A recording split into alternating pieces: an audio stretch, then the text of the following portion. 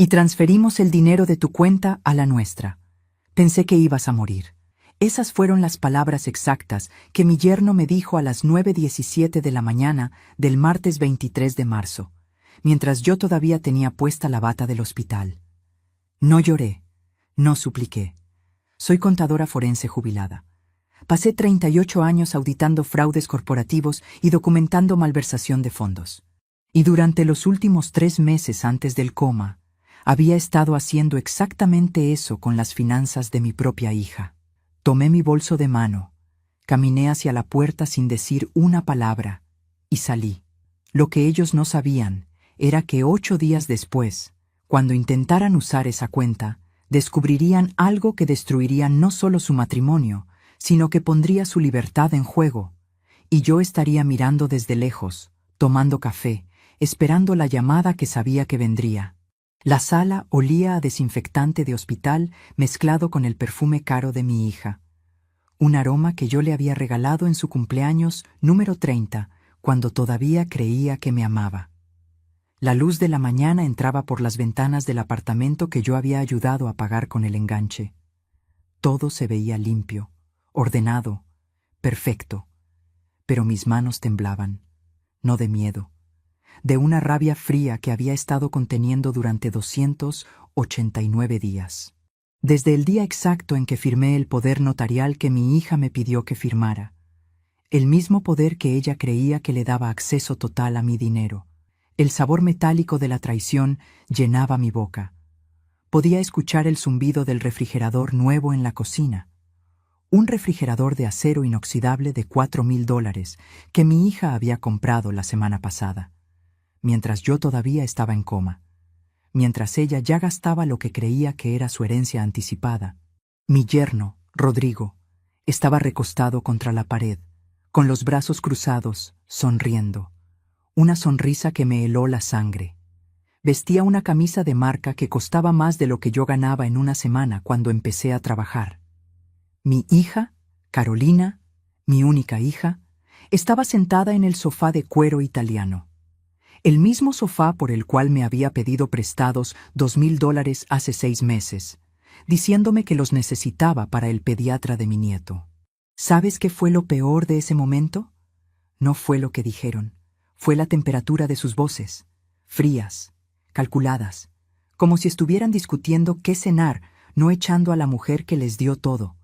Pero antes de contarte qué pasó en ese banco 3 horas después, antes de revelarte cómo una contadora forense jubilada protege sus activos incluso desde una cama de hospital, necesitas entender cómo llegué hasta ese momento.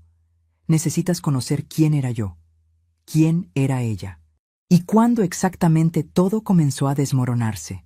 Mi nombre es Patricia Mendoza. Tengo 61 años. Y esta es la historia de cómo mi propia hija intentó enterrarme antes de tiempo. Y cómo yo, desde una cama de hospital, en coma, había dejado preparada la trampa perfecta. Déjame llevarte al principio. O más bien, al momento donde todo cambió. Fue el 14 de enero. Exactamente 9 meses antes de despertar del coma. Era jueves, las 6:43 de la tarde. Lo sé porque estaba revisando mis estados de cuenta bancarios cuando Carolina tocó a mi puerta. Yo vivía sola desde que su padre murió hace 11 años. Un apartamento pequeño pero cómodo en un barrio tranquilo. Nada lujoso, pero era mío, pagado completamente. Abrí la puerta y encontré a mi hija con los ojos rojos, lágrimas frescas en sus mejillas. Sostenía a mi nieto, Mateo, de 2 años, en sus brazos. El niño dormía. «Mamá, necesito tu ayuda», dijo. Su voz temblaba. Y yo, como la tonta que era, abrí mis brazos y la dejé entrar. Abrí mi corazón, y sin saberlo, abrí la puerta a mi propia destrucción. Pero antes de continuar, revisa si ya estás suscrito al canal y deja tu like. Y dime en los comentarios, ¿desde dónde del mundo me estás escuchando? De verdad quiero saber hasta dónde ha llegado mi historia. Carolina se sentó en mi sofá. El viejo sofá de tela que había comprado en una venta de garaje hace 15 años. Qué contraste con el sofá de cuero italiano que ella tendría después. Pero en ese momento, Ella lloraba como si su mundo se estuviera acabando. Rodrigo me está engañando, dijo. Encontré mensajes en su teléfono. Con su secretaria. No sé qué hacer, mamá. Tengo un bebé. No puedo divorciarme. No tengo dinero propio. Renuncié a mi trabajo cuando nació Mateo. La abracé. Acaricié su cabello. Le dije que todo estaría bien. Que podía quedarse conmigo el tiempo que necesitara. Que yo la protegería. Mentiras. Todo eran mentiras. Lo que yo no sabía entonces era que Rodrigo no la estaba engañando, que esos mensajes eran fabricados, que mi hija había descargado aplicaciones para crear conversaciones falsas, que todo era un teatro elaborado, un primer acto de una obra que terminaría conmigo en coma y ellos vaciando mi cuenta bancaria. Pero eso lo descubriría después, mucho después, cuando ya era demasiado tarde para algunas cosas, pero justo a tiempo para otras. Carolina se mudó a mi apartamento al día siguiente, con Mateo, con 6 maletas y con una historia de víctima perfectamente ensayada. Durante 2 semanas lloró en mi hombro. Me contó detalles de la supuesta infidelidad. Me mostró los mensajes falsos una y otra vez. Y yo, creyendo cada palabra, le ofrecí algo que cambiaría todo. ¿Quieres que te ayude con tus finanzas? Puedo revisar tus cuentas, ver qué opciones legales tienes para proteger tus derechos en caso de divorcio. Sus ojos se iluminaron, solo por un segundo, pero lo vi. Un destello que no pude interpretar entonces. Ahora sé exactamente qué era. Codicia, pura y simple codicia. Ay, mamá, eso sería maravilloso. Pero ¿sabes qué? Más que eso, necesito aprender de ti. Enséñame cómo manejas tu dinero. Siempre has sido tan inteligente con eso. Y así comenzó. Poco a poco, conversación tras conversación, mi hija extrajo información. ¿Cuánto tenía ahorrado? ¿En qué bancos? ¿Qué inversiones? Los nombres de mis asesores financieros. Todo. Mientras tanto, yo cuidaba a Mateo durante el día. Cocinaba para los 3, limpiaba, pagaba los pañales, la comida, todo. Carolina decía que estaba buscando trabajo, pero ahora sé que estaba ocupada con algo muy diferente. Estaba planificando. 3 semanas después de mudarse, apareció Rodrigo. Tocó a mi puerta un sábado por la mañana, las 8:15 a.m. Traía flores, rosas rojas, caras y una actuación digna de un Oscar. Señora Patricia, por favor, perdóneme. Cometí el error más grande de mi vida. Amo a su hija, amo a mi hijo. Haré lo que sea para recuperar mi familia. Carolina salió de la habitación lentamente, actuando sorprendida, actuando herida, actuando perfectamente. Y yo, la tonta contadora forense que podía detectar fraude en estados financieros de corporaciones multimillonarias, no pude ver el fraude que estaba ocurriendo en mi propia sala. Los ayudé a reconciliarse. Lloré de felicidad cuando se abrazaron. Incluso pagué por una cena de celebración en un restaurante elegante. $340, propina incluida. 4 días después, el 15 de febrero a las 3:30 de la tarde, Carolina vino a mí con una solicitud. Mamá, Rodrigo y yo queremos empezar de nuevo, pero para eso necesitamos mudarnos. Encontramos un apartamento perfecto, más grande, en mejor zona, cerca de buenas escuelas para cuando Mateo crezca. Pero necesitamos un aval, solo por 1 año. ¿Podrías ayudarnos? Por supuesto que dije que sí, y ahí fue donde cometí mi primer error, pero no el último. El apartamento que encontraron costaba $2,200 al mes, en una zona que yo jamás podría haber pagado cuando tenía su edad. Firmé como avalista el 18 de febrero, un martes lluvioso.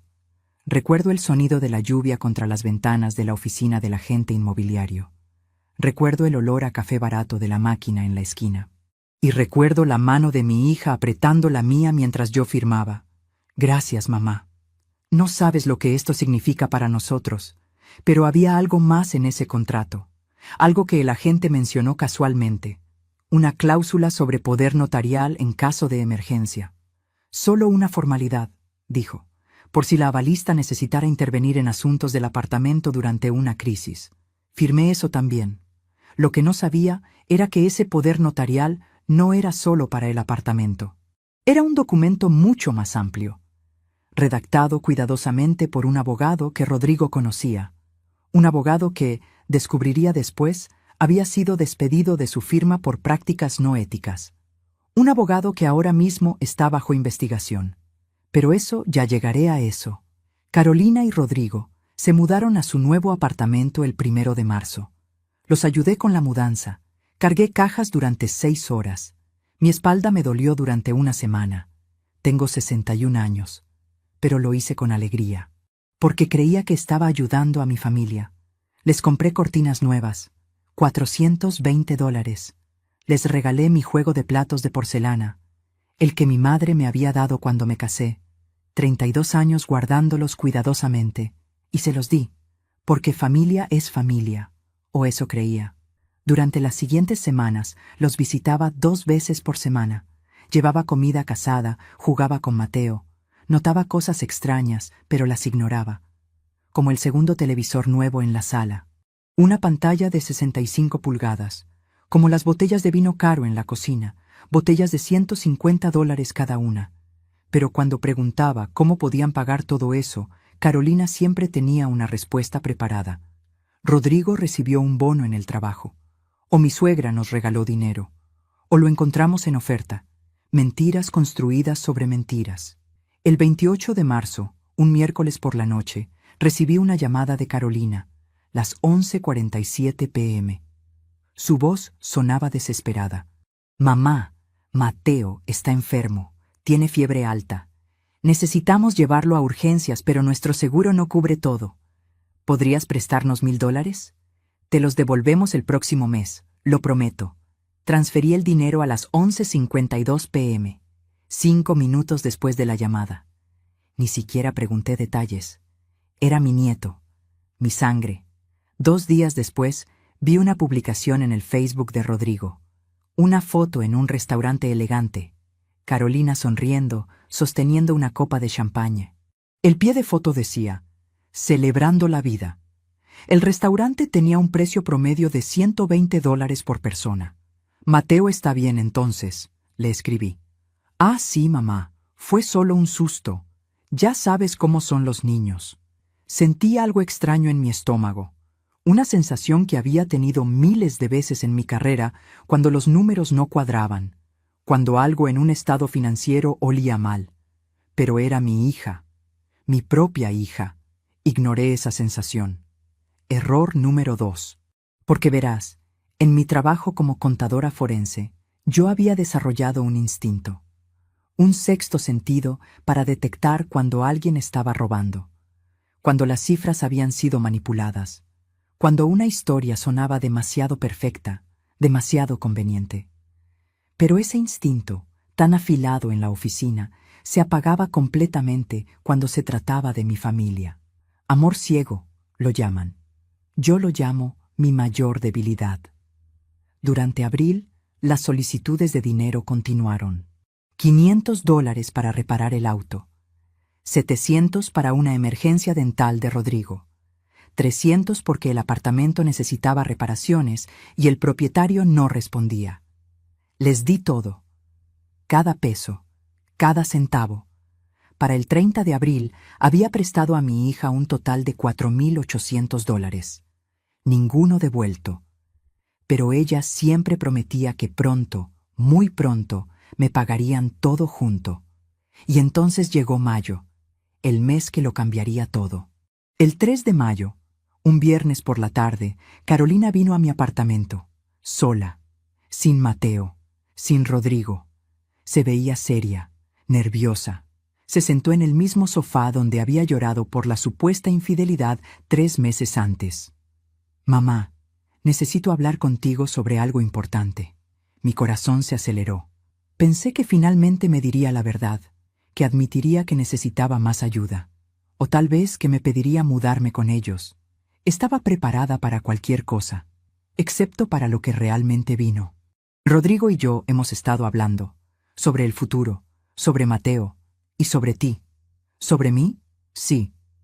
Mamá, ya tienes 61 años, vives sola.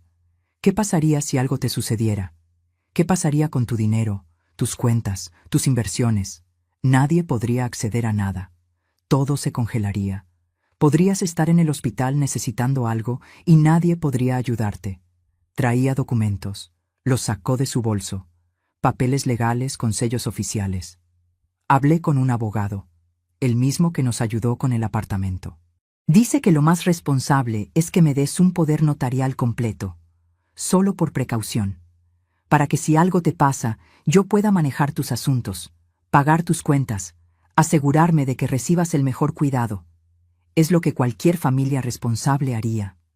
Las palabras sonaban razonables, lógicas, llenas de preocupación filial, pero había algo en sus ojos, algo que no había visto antes en mi hija, o tal vez sí lo había visto, pero nunca había querido reconocerlo. Frialdad. No sé, Carolina. Eso es mucho poder. Tal vez podríamos hacer algo más limitado, solo para emergencias médicas. Su expresión cambió, solo por 2 segundos, pero lo vi. Un destello de irritación, de impaciencia. Luego volvió la máscara de hija preocupada. Mamá, estoy tratando de protegerte. Después de todo lo que hemos pasado juntas, ¿no confías en mí? Y ahí estaba, la pregunta perfecta, la trampa emocional perfecta. Porque si decía que no, estaba diciendo que no confiaba en mi propia hija. Estaba rechazando su amor, su preocupación. Estaba siendo una madre desagradecida. Manipulación del libro de texto. El tipo de manipulación que yo había visto en cientos de casos corporativos. Empleados que robaban mientras profesaban lealtad. Socios que vaciaban cuentas mientras hablaban de confianza. Y ahora, mi propia hija, usando las mismas técnicas, pero en ese momento no lo vi así. Claro que confío en ti, cariño. Es solo que es un paso grande. Déjame reformular eso. No es que no confiara. Es que mi instinto profesional estaba gritando, pero mi corazón de madre lo estaba silenciando. Carolina suspiró. Se levantó del sofá. Caminó hacia la ventana. Actuaba como si estuviera herida, decepcionada. Está bien, mamá. Olvídalo. Solo pensé que después de todo lo que hice por ti, después de cuidarte cuando papá murió, después de estar contigo en cada momento difícil, tal vez podrías confiar en mí ahora que trato de cuidarte a ti. Pero supongo que me equivoqué. Cuidarme cuando papá murió. Qué interesante frase, porque la verdad era otra. Cuando mi esposo murió hace 11 años, Carolina tenía 20. Estaba en la universidad. Vino al funeral. Se quedó 2 días. Luego volvió a su vida. Yo enfrenté sola la depresión, sola las noches vacías, sola cada aniversario, cada fecha importante. Pero en ese momento, su versión de la historia sonaba tan convincente que casi llegué a creerla yo misma. Está bien, dije finalmente. Lo haré. Carolina se volteó. Una sonrisa inmediata. Demasiado rápida, demasiado amplia. ¿En serio, mamá? Ay, gracias. No sabes lo aliviada que me siento. Ahora podré dormir tranquila sabiendo que si algo pasa, podré cuidarte. Firmé los documentos el 8 de mayo, un miércoles, las 4:22 de la tarde, en la oficina del mismo abogado, un hombre de unos 40 años con traje barato y sonrisa de vendedor de autos usados. Su oficina olía a ambientador de pino y papeles viejos. Es muy simple, señora Mendoza. Este documento solo le da a su hija la capacidad de actuar en su nombre en caso de que usted no pueda hacerlo. Si está incapacitada, en coma o mentalmente incompetente. Es solo una precaución. ¿Y si yo estoy bien? ¿Si puedo tomar mis propias decisiones? Entonces el poder no se activa. Es solo para emergencias. Usted mantiene control total de todo mientras esté capacitada. Mentira.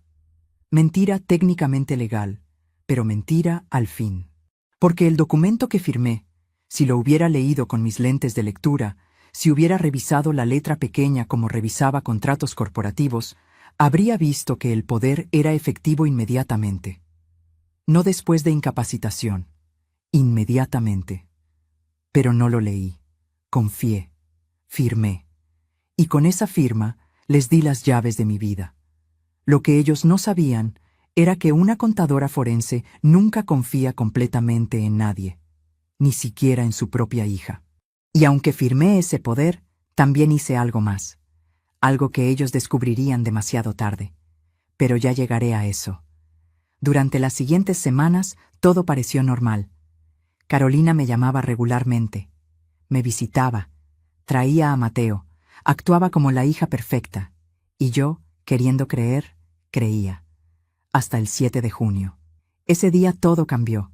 Era sábado, las 7:15 de la mañana.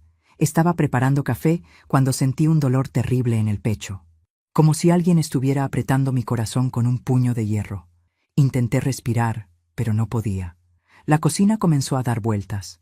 Los colores se hicieron brillantes, demasiado brillantes. Y entonces todo se volvió negro. Desperté casi 10 meses después.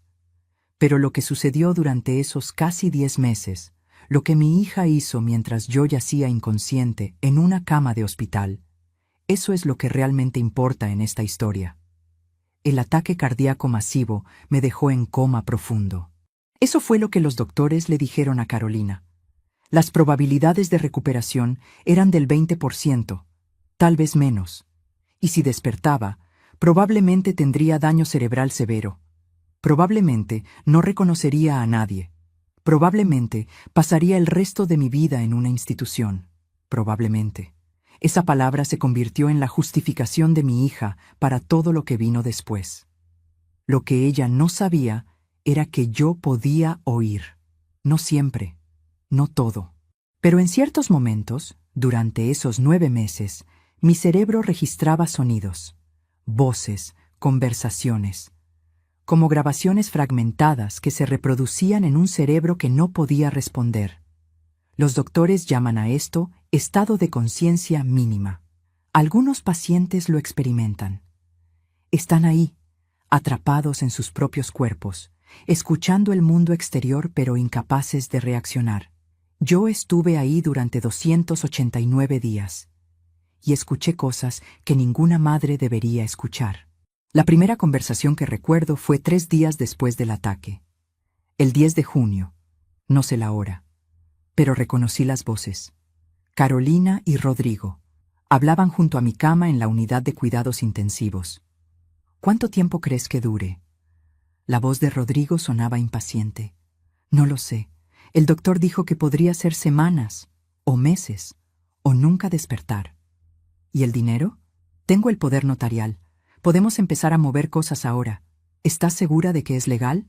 El abogado dijo que sí. Mientras ella esté incapacitada, yo tengo control total. Es lo que ella quería. Nos lo dio voluntariamente. Mentira. Yo nunca quise darles control. Quise protegerme a mí misma, pero ellos lo estaban reinterpretando, retorciendo mis intenciones. ¿Cuánto tiene? La voz de Rodrigo sonaba como un niño preguntando cuánto dulce había en un frasco. Revisé sus estados de cuenta el año pasado. Tiene al menos 200,000 en ahorros. Más las inversiones. Probablemente 350,000 en total. Tal vez más. Silencio. Podía imaginarlo haciendo cálculos, planeando gastos, soñando con lujos. Entonces la voz de mi hija otra vez, más baja, casi un susurro. Si no despierta, todo eso es nuestro eventualmente. Si no despierta. Esas palabras resonaron en mi cabeza inconsciente. No eran si ella muere, eran si no despierta. Como si mi muerte y mi coma fueran la misma cosa para ellos.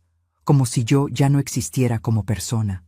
Solo como una cuenta bancaria esperando ser vaciada. Quise gritar. Quise abrir los ojos y confrontarlos. Pero mi cuerpo no respondía. Estaba atrapada, una prisionera en mi propia carne. Durante las siguientes semanas, sus visitas se hicieron menos frecuentes. Al principio venían todos los días, luego día por medio, luego una vez por semana. Para la 4ª semana, Carolina venía sola. Rodrigo había dejado de venir completamente. Los doctores notaban. Una enfermera le comentó a Carolina el 28 de junio. Yo lo escuché. Su esposo ya no la acompaña, señora. Está ocupado con el trabajo y cuidando a nuestro hijo. Es difícil para él ver a mi madre así. La enfermera no respondió. pero escuché su silencio. El silencio que decía que no le creía, que había visto esto antes. Familias que desaparecían cuando los pacientes ya no podían darles nada. El 15 de julio, exactamente 40 días después de mi ataque, Carolina vino con papeles. Escuché el sonido de páginas pasando. El clic de una pluma. Su voz hablando con alguien por teléfono. Sí, quiero transferir fondos de la cuenta de ahorros. $50,000. A mi cuenta personal. Sí, tengo poder notarial. Se lo puedo enviar por correo electrónico ahora mismo. $50,000. En una sola transferencia. ¿Sabes qué fue lo peor? Que ella lo hizo sentada junto a mi cama. Mientras yo estaba ahí, inconsciente, ella vaciaba mi cuenta bancaria con la misma casualidad con la que alguien ordena café. Durante los siguientes meses, escuché más transferencias, más llamadas, más conversaciones con Rodrigo sobre qué comprar, dónde vacacionar, cómo gastar. Para agosto habían sacado $120,000. Para septiembre, 180,000. Pero aquí está lo que ellos no sabían. Lo que nadie sabía excepto yo y una persona más. 3 años antes, cuando todavía trabajaba como contadora forense, había auditado un caso de fraude familiar. Una hija que había robado $400,000 de su padre anciano usando un poder notarial. El caso me afectó profundamente. Me hizo pensar, me hizo planear. Así que hice algo que nunca le dije a nadie, ni siquiera a Carolina. Abrí una segunda cuenta, en un banco diferente, y poco a poco, durante 3 años, transferí la mayor parte de mis ahorros a esa cuenta. $290,000, protegidos, ocultos, en una cuenta que no aparecía en ninguno de los estados financieros que Carolina había revisado. Lo que ella estaba vaciando era mi cuenta señuelo. Una cuenta que yo mantenía con suficiente dinero para parecer real, pero que no contenía todo, ni siquiera la mitad. Porque verás, una contadora forense siempre tiene un plan de respaldo, y había algo más, algo que hice el mismo día que firmé el poder notarial, algo tan simple que ellos nunca lo consideraron. Llamé a mi mejor amiga, Beatriz. Nos conocíamos desde hace 35 años, trabajamos juntas, nos jubilamos el mismo año, y confiaba en ella más que en nadie en el mundo. Le expliqué todo, mis preocupaciones, mis dudas, y le pedí un favor. Si algo me pasa, quiero que monitorees mis cuentas. Te voy a dar acceso de solo lectura. No podrás mover dinero, pero podrás ver todo movimiento. Y si ves algo sospechoso, actúas. Beatriz me miró con esos ojos sabios que habían visto demasiadas familias destruidas por dinero. ¿No confías en Carolina? Quiero confiar, pero he visto demasiado en mi carrera para no tener precauciones. Así que Beatriz recibía alertas de cada transacción, de cada transferencia. Y durante los 9 meses que estuve en coma, ella documentó todo, cada peso que Carolina sacó, cada mentira que dijo al banco, cada falsificación de mi firma en documentos. Y esperó, como yo le había pedido. Esperó hasta que despertara, o hasta que fuera absolutamente necesario intervenir. Ese momento llegó el 15 de enero, 9 meses después de mi ataque cardíaco. Faltaban 67 días para que yo despertara. Carolina había gastado casi todo el dinero de la cuenta señuelo, $210,000 en casi 10 meses, y ahora estaba buscando más. Había llamado a mis asesores de inversión. Había intentado vender mis acciones, pero ahí se topó con un problema. Las inversiones requerían autorización de 2 firmas, la mía y la del asesor. Y el asesor, un hombre llamado Roberto Méndez, que había trabajado conmigo durante 15 años, se negó. Escuché la conversación. Carolina había puesto el teléfono en altavoz junto a mi cama. No sé si pensó que yo no podía oír, o si simplemente no le importaba. Señora Carolina, entiendo que tiene el poder notarial, pero vender las inversiones de su madre mientras está en coma no me parece apropiado. Esas inversiones son su red de seguridad, para cuando despierte, si despierta. Ella no va a despertar. Los doctores dijeron que es casi imposible. Y necesito ese dinero para sus cuidados médicos. Para mantenerla en el hospital. Más mentiras. El seguro cubría todo. Beatriz había verificado eso. El señor Méndez suspiró. Lo lamento, no puedo autorizar esto. Si su madre despierta y descubre que vendimos sus inversiones, me demandará. Y tendría razón en hacerlo. Carolina colgó. Furiosa, escuché el golpe del teléfono contra la mesa. Y entonces dijo algo que heló mi sangre inconsciente. Necesita morirse de una vez. 5 palabras, dichas con tanta frialdad como alguien comentando el clima. Mi propia hija, la niña que cargué durante 9 meses, que amamanté, que crié, que amé más que a mi propia vida, deseando mi muerte, no por tristeza, no por compasión ante mi sufrimiento, sino por dinero. A veces confiamos demasiado en quienes no lo merecen.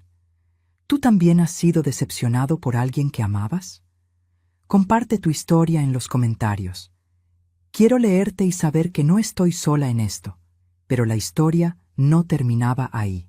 Porque 3 semanas después, el 5 de febrero, Carolina y Rodrigo tuvieron una conversación que cambiaría todo. Estaban en mi habitación. Tarde en la noche. Las 10:47 p.m. Pensaban que nadie más escuchaba. Las enfermeras habían terminado sus rondas. El pasillo estaba vacío. ¿Cuánto nos queda? La voz de Rodrigo. 23,000 en la cuenta. Gasté el resto. ¿En casi 10 meses gastaste $200,000? Era su dinero. Ahora es nuestro. Y sí, lo gasté. En el auto nuevo, en el viaje a Cancún, en la remodelación del apartamento, en vivir bien, por una vez en nuestras vidas. No podía creerlo. Había más detalles. Un auto nuevo, un BMW, $62,000, un viaje a Cancún, resort de lujo, $12,000, remodelación del apartamento que yo había avalado, $48,000. Mi dinero. El dinero que había ahorrado centavo a centavo durante 38 años de trabajo, gastado en lujos, en vanidades, mientras yo yacía en una cama de hospital. ¿Y lo que viene después? Rodrigo preguntó. Cuando se acabe todo. Entonces la voz de Carolina. Tranquila, calculadora, fría. Entonces la dejamos morir en paz. Esas palabras se repitieron en mi cabeza inconsciente durante días, semanas, como un eco que no podía silenciar, como una sentencia de muerte pronunciada por mi propia sangre. Pero algo estaba cambiando dentro de mí. En lo profundo de ese coma, en esa oscuridad donde mi mente seguía funcionando, algo se estaba transformando. El amor ciego de madre se estaba convirtiendo en otra cosa, algo más frío, más calculado, más parecido a la contadora forense que había pasado décadas cazando criminales de cuello blanco.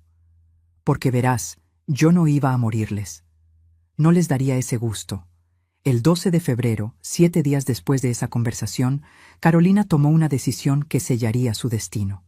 Una decisión que ella pensó que era inteligente, pero que en realidad era la pieza final de evidencia que necesitaba. Vino al hospital con papeles, los mismos papeles que el doctor le había dado semanas antes, órdenes de limitar intervenciones, instrucciones de cuidado al final de la vida. Los documentos que declaran que si mi corazón se detiene, nadie debe intentar salvarme. Escuché su conversación con el doctor, un hombre joven, demasiado joven para entender lo que realmente estaba sucediendo. Doctora, mi madre nunca habría querido vivir así, conectada a máquinas, sin conciencia, sin dignidad. Creo que es hora de respetar sus deseos y firmar estos documentos. ¿Su madre expresó esto alguna vez? ¿Tienen documentos previos donde ella indicara sus preferencias? Hablamos de esto muchas veces. Ella siempre dijo que si algo le pasaba, no quería ser una carga. No quería vivir como un vegetal. Mentira. Nunca tuvimos esa conversación. Nunca. Porque yo siempre había sido una luchadora. Toda mi vida. Y Carolina lo sabía. Pero el doctor, viendo a una hija aparentemente devota, aparentemente sufriendo, creyó cada palabra. Entiendo. Debe ser muy difícil para usted. ¿Quiere tomarse unos días para pensarlo? No. Quiero firmarlo ahora. No puedo verla sufrir más. El sonido de la pluma sobre el papel. el sonido de mi hija firmando mi sentencia de muerte. Pero había algo que ella no consideró. Las enfermeras. Las enfermeras ven todo. Y una enfermera en particular, Rosa, había estado notando cosas. Había escuchado conversaciones. Había visto las visitas cada vez más cortas.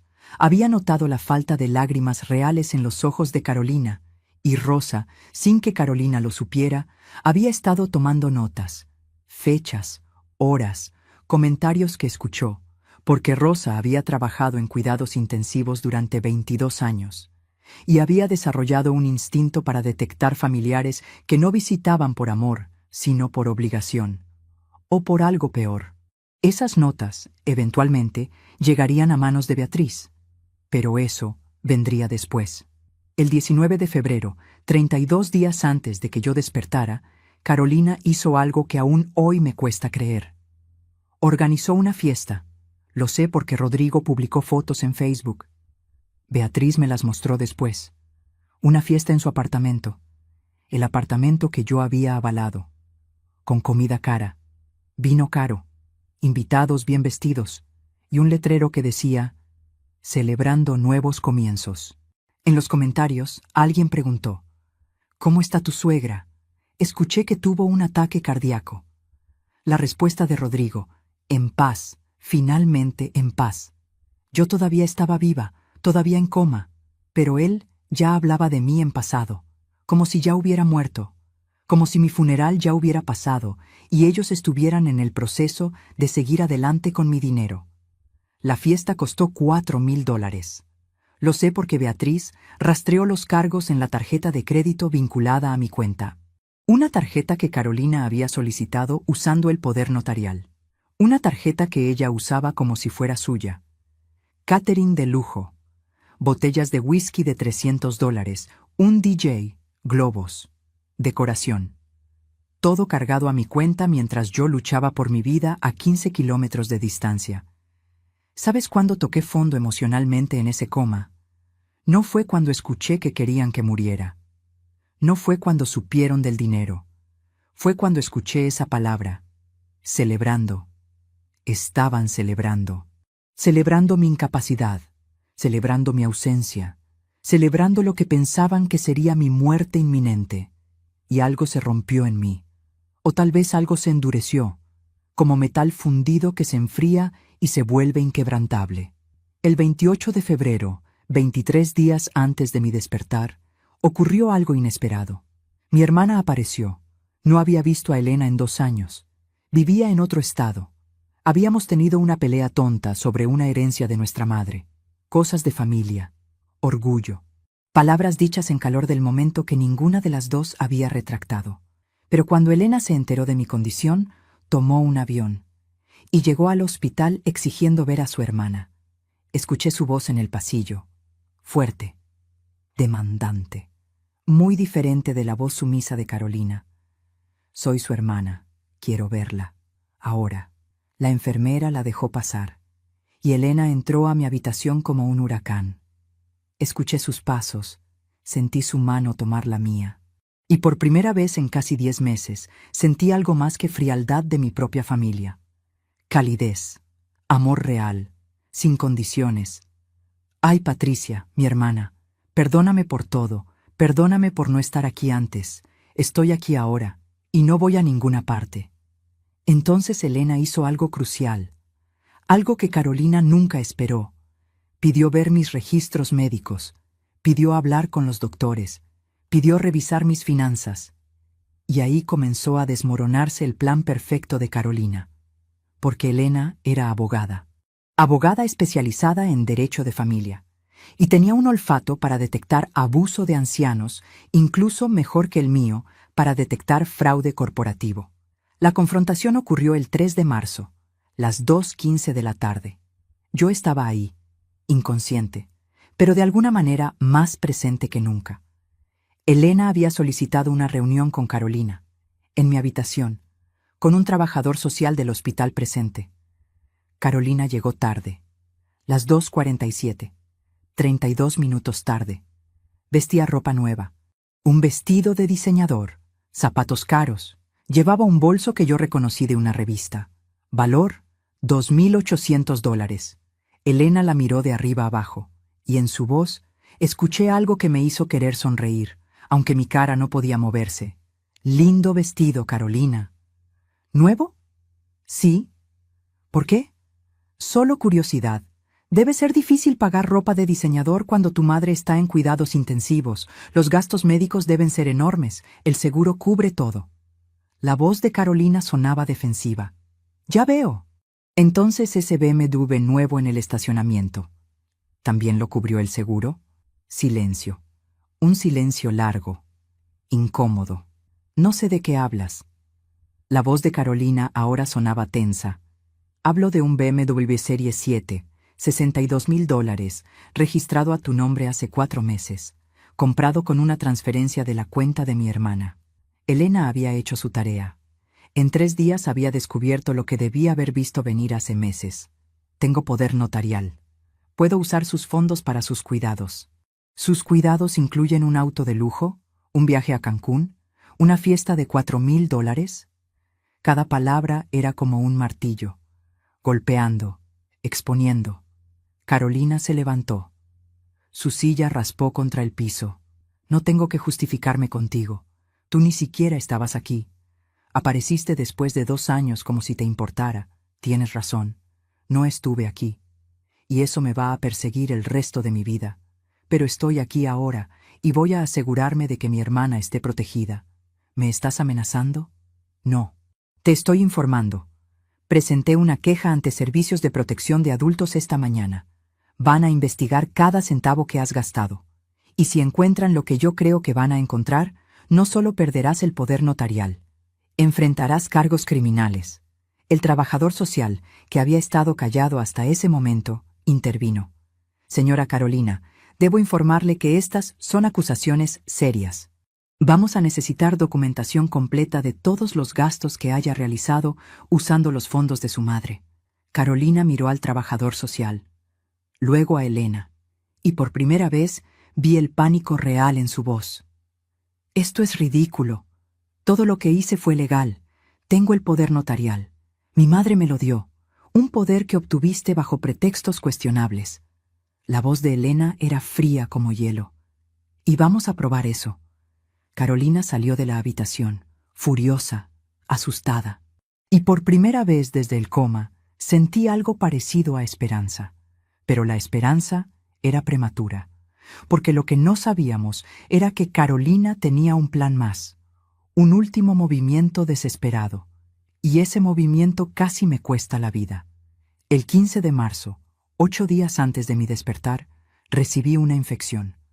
Neumonía, común en pacientes de coma, peligrosa, pero tratable con antibióticos. El doctor ordenó el tratamiento, pero había un problema. Los antibióticos requerían aprobación. Y con la orden de limitar intervenciones y no escalar tratamiento firmada, Carolina tenía la opción de rechazar tratamientos agresivos. Elena no estaba en el hospital ese día. Había vuelto a su hotel. Y Carolina aprovechó. El doctor la llamó. Las 6:33 de la tarde. Yo escuché la conversación en altavoz. Su madre desarrolló neumonía. Necesitamos empezar antibióticos inmediatamente. ¿Qué pasa si no lo hacemos? La infección empeorará. En su estado debilitado, probablemente no sobrevivirá más de 48 horas. Silencio. Un silencio que duró 10 segundos. 10 segundos donde mi hija decidió si yo vivía o moría. ¿Y si sobrevive la infección? Entonces sus probabilidades de recuperación aumentan. Hemos visto cambios positivos en su actividad cerebral últimamente. Hay una pequeña posibilidad de que pueda despertar. Otra pausa, más larga. No autoricen el tratamiento. 4 palabras, dichas con una calma que heló mi sangre. ¿Está segura, señora? Sin tratamiento, su madre... Estoy segura. Ella no habría querido prolongar esto. Déjenla ir en paz. El doctor intentó una vez más. ¿Quiere consultarlo con otros miembros de la familia? ¿Su tía, tal vez? No. Soy yo quien tiene el poder legal. Y mi decisión es final. Colgó. Y yo, atrapada en mi cuerpo paralizado, sabiendo que mi propia hija acababa de firmar mi sentencia de muerte real, no pude hacer nada excepto esperar. Esperar a morir. O esperar un milagro. El milagro vino en forma de Rosa, la enfermera que había estado tomando notas. Rosa escuchó la conversación del doctor, y Rosa, violando probablemente una docena de protocolos, llamó a Elena. Las 7:02 p.m. Elena recibió la llamada, y a las 7:34 irrumpió en el hospital con una orden judicial. Una orden judicial temporal que removía a Carolina del poder de decisión médica mientras se investigaba el abuso. Los antibióticos comenzaron a las 8:15 p.m. Y 5 días después, el 23 de marzo a las 9:17 de la mañana, abrí los ojos. El mundo volvió a mí en fragmentos. Primero la luz, demasiado brillante, dolorosa, luego los sonidos, pitidos de máquinas, voces distantes y finalmente sensaciones. Sábanas ásperas contra mi piel, un tubo en mi garganta, dolor en todos los músculos de mi cuerpo. Abrí los ojos.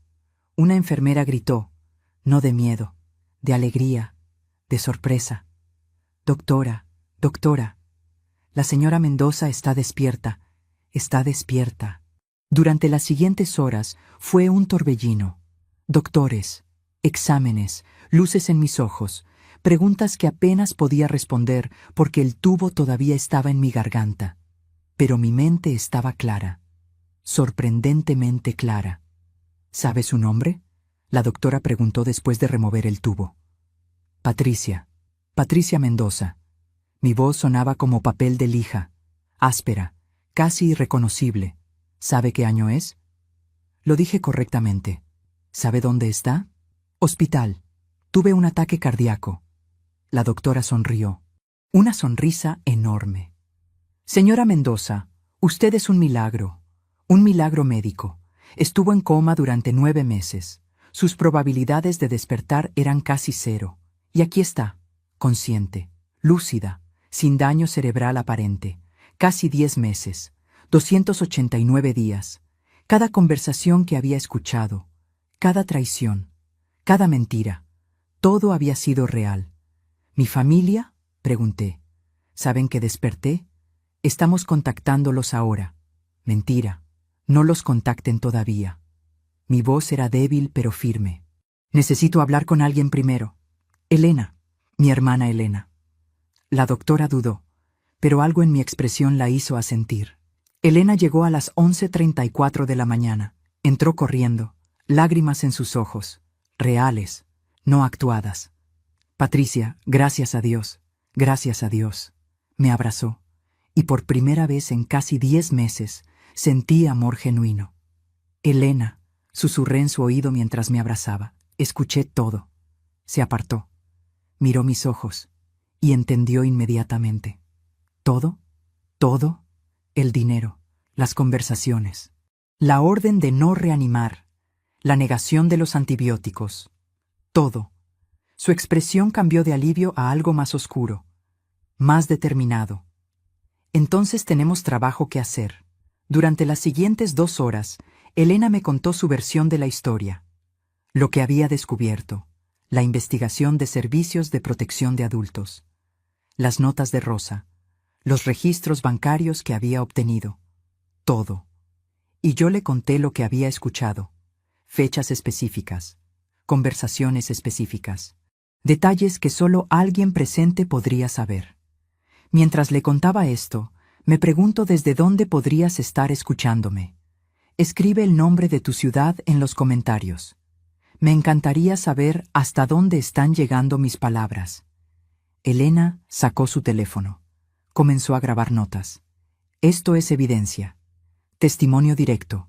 Combinado con los registros bancarios y las notas de Rosa, tenemos un caso sólido. Muy sólido.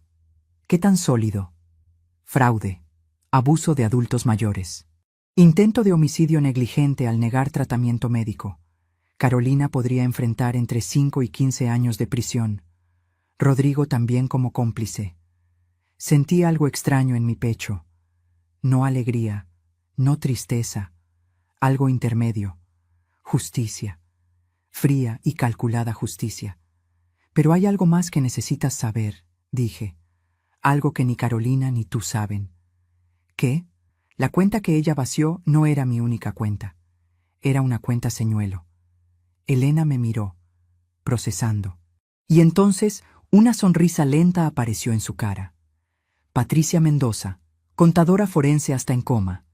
Tengo $290,000 en otra cuenta. En otro banco, protegidos. Carolina robó dinero que yo dejé específicamente para probar sus intenciones. ¿Lo planeaste? No exactamente. Pero me preparé, por si acaso. Resulta que el por si acaso se hizo realidad. Elena se rió, una risa que mezcló admiración con incredulidad. Entonces ella se destruyó a sí misma robando dinero que era una trampa, básicamente. ¿Y la otra cuenta? ¿Tiene poder notarial sobre ella? No, solo yo tengo acceso. Y una persona más, Beatriz. Mi mejor amiga.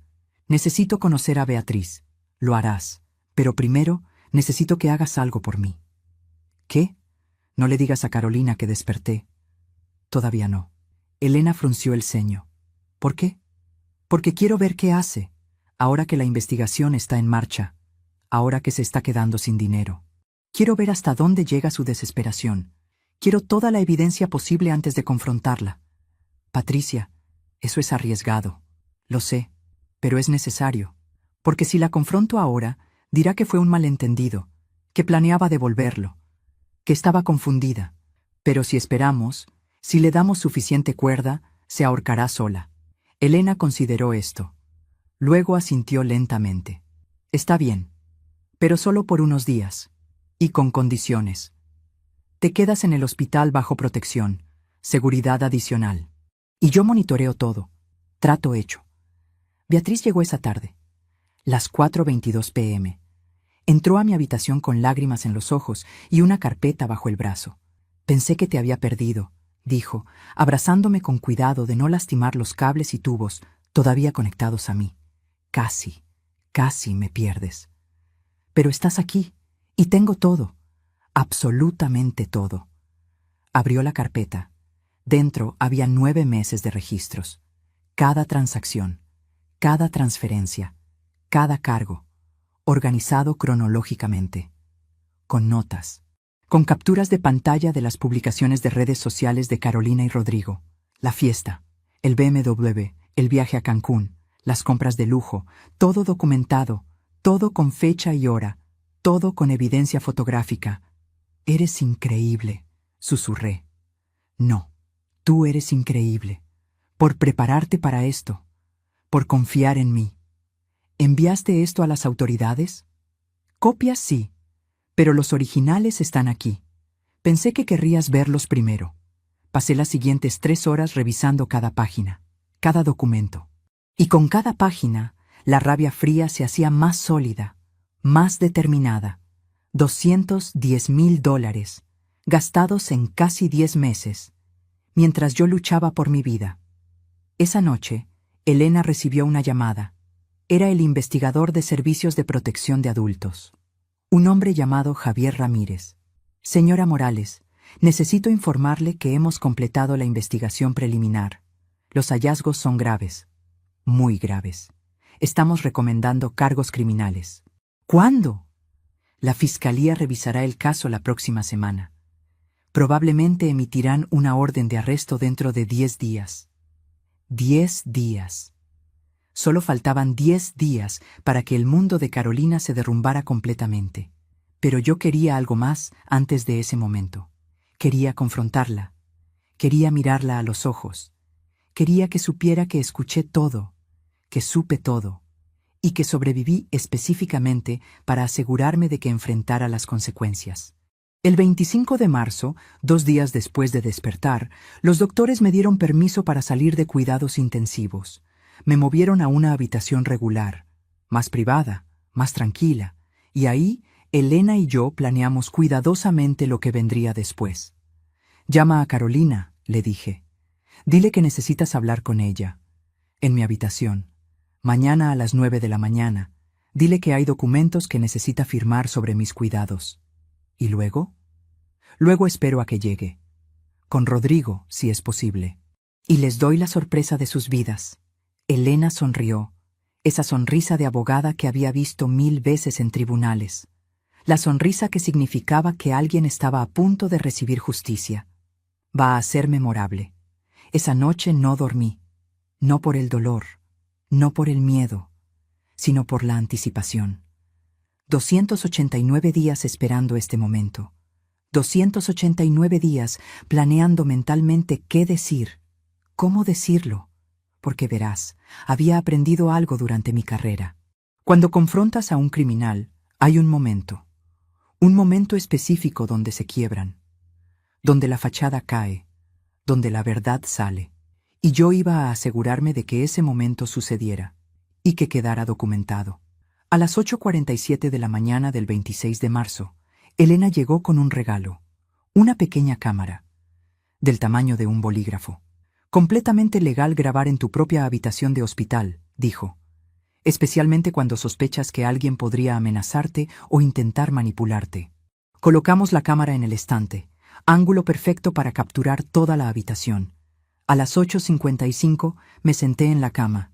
Elena se posicionó junto a la ventana, y esperamos. A las 9:03 escuché voces en el pasillo. Reconocí inmediatamente la voz de Carolina. Sonaba irritada. No entiendo por qué no puede firmar los documentos sin mí. Estoy ocupada. Ella insistió en que estuviera aquí. La voz de Elena, calmada. La puerta se abrió. Carolina entró. Vestía ropa cara, nueva, probablemente comprada con mi dinero. Su cabello estaba perfectamente peinado. Maquillaje impecable. Llevaba el bolso de $2,800. Detrás de ella venía Rodrigo. Traje nuevo, reloj caro, zapatos italianos. Ambos esperaban ver una cama vacía, o tal vez una cama con una mujer en coma, lista para que firmaran documentos de desconexión de máquinas. En cambio, me vieron sentada, despierta. Mirándolos directamente, el color drenó de la cara de Carolina, literalmente. De rosado a blanco pálido en 2 segundos. Rodrigo se detuvo en la puerta, como si hubiera visto un fantasma, y yo, manteniendo mi voz completamente calmada, completamente controlada, dije las palabras que había estado planeando durante casi 10 meses. Hola, Carolina. Hola, Rodrigo. Siéntense. Tenemos mucho de qué hablar. El silencio que siguió fue absoluto. Podía escuchar el zumbido del aire acondicionado, el pitido distante de una máquina en otra habitación. Mi propio corazón latiendo calmadamente en mi pecho. Demasiado calmadamente para lo que estaba a punto de hacer. Carolina recuperó el habla primero. Por supuesto que lo hizo. Siempre había sido rápida con las palabras, rápida con las excusas. Mamá, gracias a Dios, estás despierta. Estás bien. No sabes cuánto hemos rezado por este momento. Su voz temblaba, perfectamente calibrada para sonar emocionada, aliviada, llena de amor filial. Dio un paso hacia mi cama, los brazos extendidos como si fuera a abrazarme. Detente ahí. Mi voz era tan fría que hasta yo misma me sorprendí. No des un paso más. Se detuvo. La confusión cruzó su cara. O tal vez era una actuación de confusión. Ya no podía distinguir qué era real en ella y qué era teatro. «¿Mamá? ¿Qué pasa? ¿Por qué estás así?» «Siéntense», repetí. Ambos. Ahora. Rodrigo miró a Carolina. Carolina miró a Elena. Elena no dijo nada. Solo los observaba con esa expresión de abogada que había perfeccionado en 20 años de práctica. La expresión que decía, «Ya los atrapé, solo están cavando el hoyo más profundo». Se sentaron. En las 2 sillas junto a la ventana, lejos de mi cama, como si el espacio físico pudiera protegerlos de lo que venía. «Mamá, no entiendo. Estuvimos tan preocupados. El doctor dijo que las probabilidades de que despertaras eran casi 0. Esto es un milagro». Carolina todavía intentaba controlar la narrativa. Un milagro. Qué palabra interesante. Mi voz seguía calmada, casi casual. ¿Sabes qué otro milagro sería, Carolina? Que me explicaras dónde están mis $210,000. El color que había vuelto a su cara desapareció otra vez. Rodrigo se puso rígido en su silla. ¿Qué? No sé de qué hablas. No. La palabra salió como un látigo. No me mientas, no más mentiras. No después de casi 10 meses escuchando cada conversación, cada plan, cada traición. ¿Escuchando? Carolina intentó reír. Sonó forzado. Mamá, estabas en coma, no podías escuchar nada. Estado de conciencia mínima. Los médicos lo llaman un estado de conciencia mínima. Los doctores lo confirmaron esta mañana. Durante todo el coma, mi cerebro registraba sonidos, voces, conversaciones, especialmente las que ocurrían junto a mi cama. Vi el pánico real ahora, cruzando la cara de ambos como una ola. Así que sí, Carolina. Escuché cuando le dijiste a Rodrigo que transferirías el dinero de mi cuenta a la tuya. Escuché cuando celebraste mi incapacidad. Escuché cuando compraste un BMW con mi dinero. Escuché cuando fuiste a Cancún mientras yo luchaba por mi vida. Escuché cuando gastaste $4,000 en una fiesta celebrando nuevos comienzos. Pausé. Dejé que cada palabra se hundiera. Y escuché cuando le dijiste al doctor que no autorizara los antibióticos. Cuando decidiste dejarme morir. Eso no es verdad. Carolina se levantó de la silla. Yo solo estaba respetando tus deseos. Tú siempre dijiste que no querías vivir conectada a máquinas. ¿Cuándo? ¿Cuándo dije eso exactamente? Dame una fecha, una hora, una conversación específica. Silencio. No puedes, porque nunca lo dije. Nunca tuvimos esa conversación. La inventaste, como inventaste la infidelidad de Rodrigo, como inventaste emergencias médicas de Mateo, como inventaste todo para manipularme. Carolina miró a Elena desesperadamente. Tía, ella está confundida. El coma le afectó el cerebro. Está mezclando memorias, imaginando cosas que no pasaron. Mi cerebro está perfectamente bien. Los doctores lo confirmaron. 0 daño cognitivo. Memoria intacta. Y tengo más que memorias. Elena, ¿puedes mostrarles? Elena abrió su carpeta, la misma carpeta que Beatriz había traído, y comenzó a sacar documentos, uno por uno, como cartas en un juego de póker, excepto que cada carta era evidencia irrefutable. Transferencia del 15 de julio. $50,000 de la cuenta de tu madre a tu cuenta personal. Elena colocó el documento en la mesa entre nosotros. Transferencia del 3 de agosto. $40,000. Otro documento.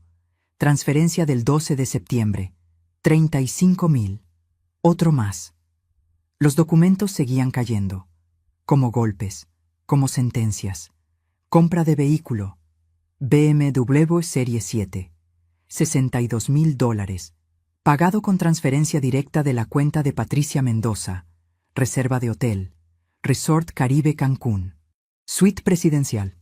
7 noches. $12,000. ¿Sabes qué fue lo peor? Pregunté. Mi voz seguía calmada. Demasiado calmada. ¿Qué fue lo peor de escuchar cómo mi hija robaba mi dinero? No fue la cantidad. No fueron los lujos. Fue escucharte decir que esperabas que muriera, que necesitaba morirme de una vez. Esas fueron tus palabras exactas. El 15 de enero, las 10:47 de la noche, en esta misma habitación. Yo nunca dije eso. La voz de Carolina ahora sonaba aguda, desesperada. Rodrigo lo dijo. Tú lo confirmaste. Y luego rieron. Ambos rieron. Rodrigo habló por primera vez. Su voz era diferente, más dura, sin pretensión de amabilidad. Esto es una trampa. Nos están tendiendo una trampa. ¿Una trampa? Elena sonrió. Esa sonrisa fría de abogada. La única trampa aquí fue la cuenta bancaria que Patricia dejó específicamente para ver qué harían ustedes. Y cayeron perfectamente. ¿Qué? Carolina susurró. La cuenta que vaciaste no era su única cuenta. Era una cuenta señuelo. Patricia tiene otros $290,000 en una cuenta separada. Una cuenta a la que nunca tuviste acceso. Una cuenta que protegió específicamente contra lo que temía que hicieras. Vi el momento exacto en que Carolina entendió. El momento en que se dio cuenta de que había sido jugada. de que su madre, la mujer que pensó que podía manipular fácilmente, había estado 3 pasos adelante todo el tiempo. No, no puede ser. Es. Y hay más. Beatriz, mi mejor amiga, ha estado monitoreando cada transacción durante 9 meses, documentando cada gasto, cada compra, cada lujo que pagaste con dinero robado. Todo está aquí, todo está documentado, y todo ha sido entregado a la fiscalía. ¿La fiscalía? La voz de Rodrigo subió una octava. Servicios de Protección de Adultos ha estado investigando durante 3 semanas. Sus conclusiones fueron entregadas ayer. La fiscalía revisará el caso mañana. En 3 días, probablemente menos, emitirán órdenes de arresto por fraude, abuso de adultos mayores e intento de homicidio negligente. Solo faltaban 3 días. 3 días para que la justicia que había estado esperando durante casi 10 meses finalmente llegara. Carolina comenzó a llorar. Lágrimas reales esta vez, no actuadas. Lágrimas de pánico. Mamá, por favor perdóname. Estaba desesperada. Rodrigo y yo teníamos deudas. No sabíamos qué hacer. Iba a devolvértelo. Todo. Lo juro. ¿Con qué? Ya no queda nada. Gastaste $210,000 en casi 10 meses. En lujos, en vanidades. Mientras yo estaba muriendo, no estabas muriendo. Los doctores dijeron que probablemente no despertarías. Pensé que ese dinero estaba desperdiciado, que podíamos usarlo, que tú habrías querido que estuviéramos bien. Ahí estaba, la justificación, la racionalización, el intento de hacer que su robo sonara como un acto de amor. Yo le di todo a esta familia. Mi voz finalmente comenzó a quebrarse, no de debilidad, de rabia contenida durante demasiado tiempo. Le di a Carolina 28 años de crianza. Le di cada peso que necesitó en la universidad. Le di el enganche de su primer apartamento. Le di miles en préstamos que nunca me devolvió. Le di mi confianza cuando me pidió el poder notarial. Le di mi vida entera. Y ella me dio traición. Las palabras salieron como golpes, rítmicas, implacables, cada frase una acusación. Le di mi amor. Ella me dio codicia. Le di mi protección. Ella me dio abandono. Le di mi confianza. Ella me dio robo. Le di todo. Y ella esperó a que muriera para tomar lo último que me quedaba. Carolina sollozaba ahora, la cabeza entre las manos. Rodrigo la miraba. Y en sus ojos vi algo que me sorprendió. No arrepentimiento, resentimiento. Resentimiento hacia Carolina por haber sido atrapada. Mamá, lo siento tanto. Haré lo que sea. Devolveré el dinero. Venderé el auto. Cancelaré todo. Solo por favor, no presentes cargos, por favor. Piensa en Mateo, tu nieto. ¿Qué pasará con él si vamos a prisión? Y ahí estaba. El último intento de manipulación. Usar a mi nieto. Un niño de 2 años que no tenía culpa de nada. Usarlo como escudo. Mateo estará bien. De hecho, estará mejor, porque Elena ya solicitó custodia temporal. Y yo, cuando esté completamente recuperada, seré su tutora legal. ¿Qué? Carolina levantó la cabeza bruscamente. ¿Crees que voy a dejar a mi nieto con 2 criminales convictos? Con gente que intentó matar a su propia madre por dinero. No, Carolina. Perdiste el derecho de ser madre el día que decidiste que yo valía más muerta que viva. Todavía me pregunto si hice lo correcto. ¿Y tú? ¿Qué habrías hecho en mi lugar? Dime en los comentarios. De verdad quiero saber qué piensas. Rodrigo se levantó. Su expresión era oscura. Esto es venganza. Pura venganza. Eres una vieja amargada que no puede aceptar que su hija tiene su propia vida. Elena se movió. Rápida. Se posicionó entre Rodrigo y mi cama. Siéntate. Ahora. O llamo a seguridad y añado intimidación a la lista de cargos. Rodrigo me miró. Odio puro en sus ojos. Y en ese momento entendí algo. Carolina había sido manipulada, influenciada. Tal vez al principio tuvo dudas, pero Rodrigo había sido el arquitecto, el planificador, el que la empujó a cada decisión peor. ¿Fue tu idea, verdad, Rodrigo? Miré directamente a sus ojos. El poder notarial, la cuenta bancaria, todo. Carolina es débil, manipulable. Pero tú eres el verdadero criminal aquí. No me miró, no respondió, pero su silencio lo dijo todo. Tienen dos opciones, dijo Elena. Opción 1. Esperan a que la fiscalía emita las órdenes de arresto. Van a juicio. Con toda esta evidencia, serán declarados culpables. Rodrigo enfrentará 10 a 15 años. Carolina, por ser la hija y tener el poder notarial, probablemente 8 a 12. Y la opción 2, Carolina susurró. Opción 2. Rodrigo se declara culpable de todos los cargos, acepta responsabilidad completa, testifica que manipuló a Carolina y probablemente obtenga una sentencia reducida de 5 a 7 años. Carolina, como testigo cooperante, probablemente obtenga libertad condicional y trabajo comunitario. ¿Qué? Rodrigo gritó. De ninguna manera. Esto fue idea de ella tanto como mía. Carolina lo miró, horror en su cara, finalmente viendo a su esposo por lo que realmente era. Un cobarde, un manipulador, alguien dispuesto a sacrificarla para salvarse a sí mismo. Rodrigo, no voy a cargar con todo esto. Si voy a prisión, tú vienes conmigo. Y ahí estaba, el matrimonio perfecto destruyéndose frente a mis ojos. No por amor, no por honor, sino por cobardía. Tienen hasta mañana a las 5:00 p.m. para decidir, dijo Elena. Después de eso, la oferta desaparece. Y enfrentarán la justicia completa. Elena abrió la puerta, una señal clara de que la conversación había terminado. Rodrigo salió primero, furioso, sin mirar atrás. Carolina se quedó un momento más. Me miró. Y en sus ojos vi algo que tal vez, solo tal vez, era arrepentimiento real. Lo siento, mamá. De verdad lo siento. Yo también, dije suavemente. Siento que la hija que crié ya no existe. Siento que el dinero la mató antes de que pudiera matarme a mí. Salió. Y cuando la puerta se cerró, el silencio llenó la habitación. Elena apagó la cámara oculta. Lo tenemos todo. Cada palabra, cada admisión. Me recosté en la cama, exhausta. No físicamente, emocionalmente.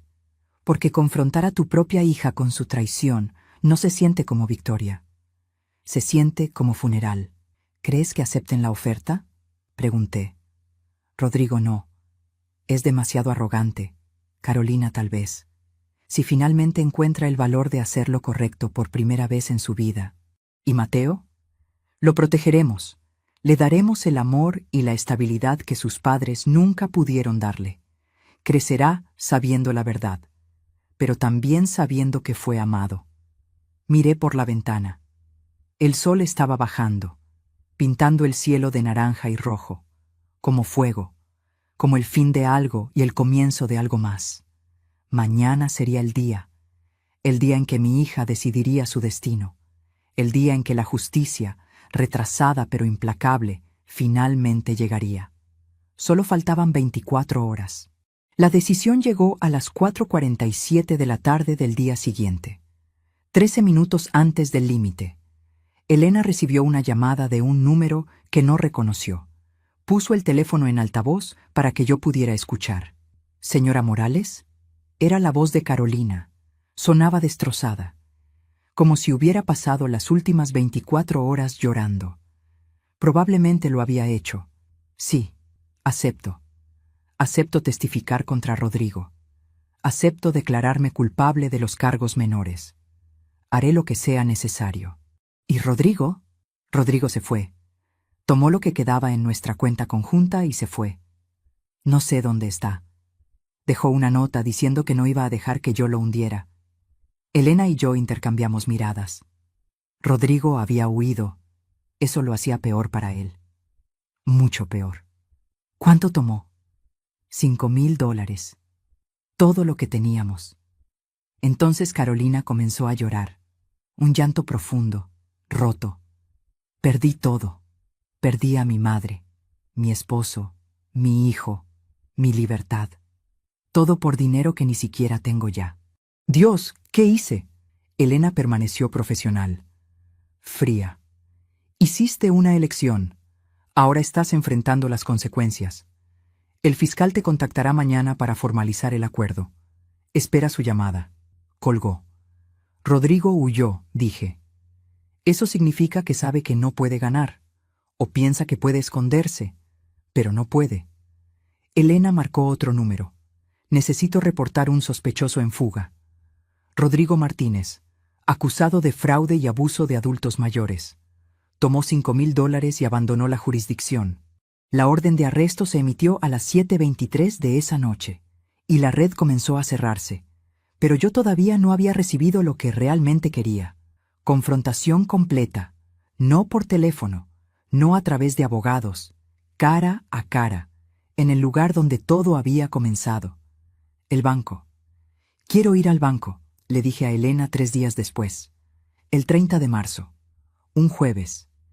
El día que los doctores me dieron permiso para salir del hospital bajo supervisión. ¿Para qué? Para cerrar la cuenta que Carolina violó.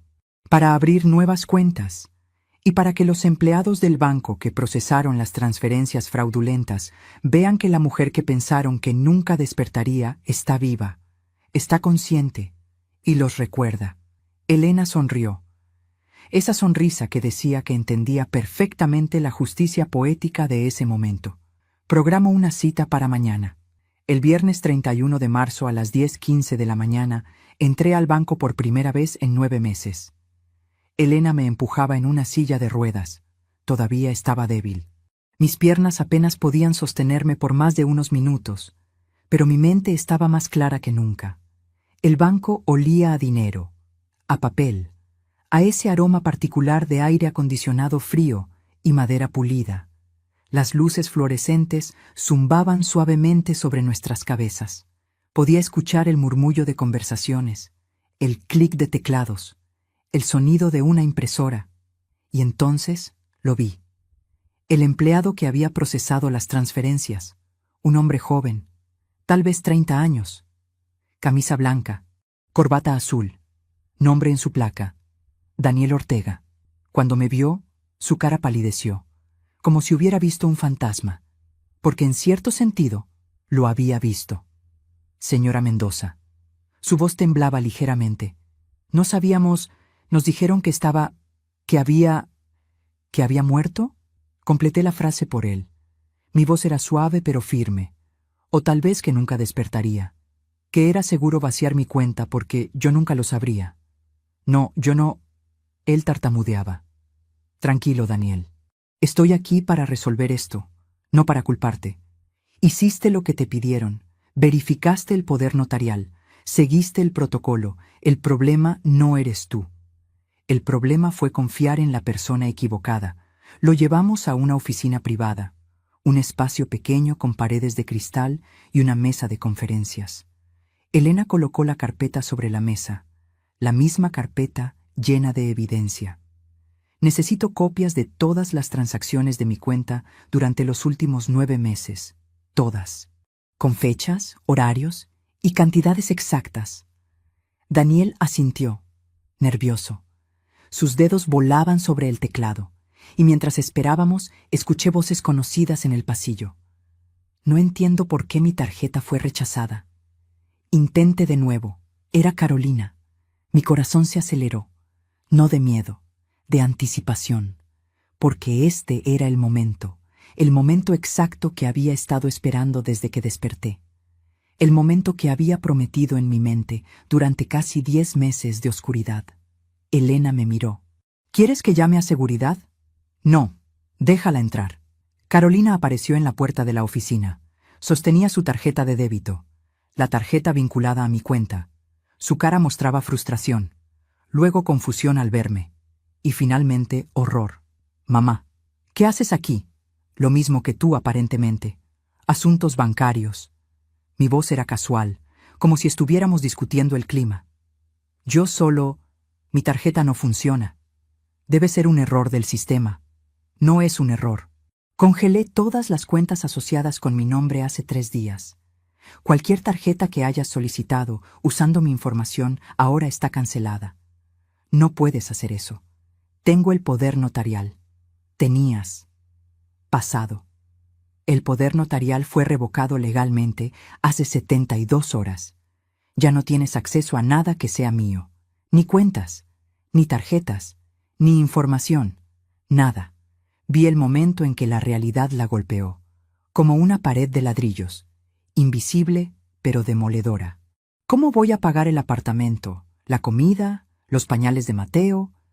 Tal vez deberías haber pensado en eso antes de gastar $210,000 en lujos, antes de comprar un BMW, antes de ir a Cancún, antes de celebrar mi coma con una fiesta de $4,000. Cada palabra era un golpe, preciso, calculado. Iba a devolvértelo. ¿Con qué? No tienes trabajo, no tienes ahorros, gastaste todo. Y ahora Rodrigo te abandonó con las deudas. ¿Cuánto deben en tarjetas de crédito, Carolina? ¿50,000? ¿70,000? Su silencio lo confirmó todo. El gerente del banco apareció en la puerta. Un hombre mayor con traje gris. Señora Mendoza, lamento muchísimo lo que pasó. Estamos revisando nuestros protocolos. Esto nunca debió suceder. Aprecio eso, pero también necesito que entiendan algo. Mi hija explotó un sistema que confía demasiado en documentos legales, sin verificar intenciones. Quiero que este banco implemente nuevas medidas. Llamadas de verificación a clientes antes de transferencias grandes. Alertas automáticas. Algo. Lo haremos. Tiene mi palabra. Carolina seguía de pie en la puerta, paralizada, observando cómo su mundo se desintegraba frente a sus ojos. ¿Y ahora qué? Susurró finalmente. ¿Qué se supone que haga? Ahora enfrentas las consecuencias. El fiscal te contactará sobre tu declaración. Cumplirás los términos del acuerdo. Y con suerte, en algún momento de los próximos años, mientras haces trabajo comunitario y pagas restitución, aprenderás algo que debí enseñarte mejor cuando eras niña. ¿Qué? Que la familia no es algo que explotas. Es algo que honras, que proteges, que cuidas. No porque esperas herencia, no porque quieres dinero, sino porque el amor real no tiene precio. Las lágrimas corrían por sus mejillas ahora, pero yo no sentí satisfacción, no sentí victoria.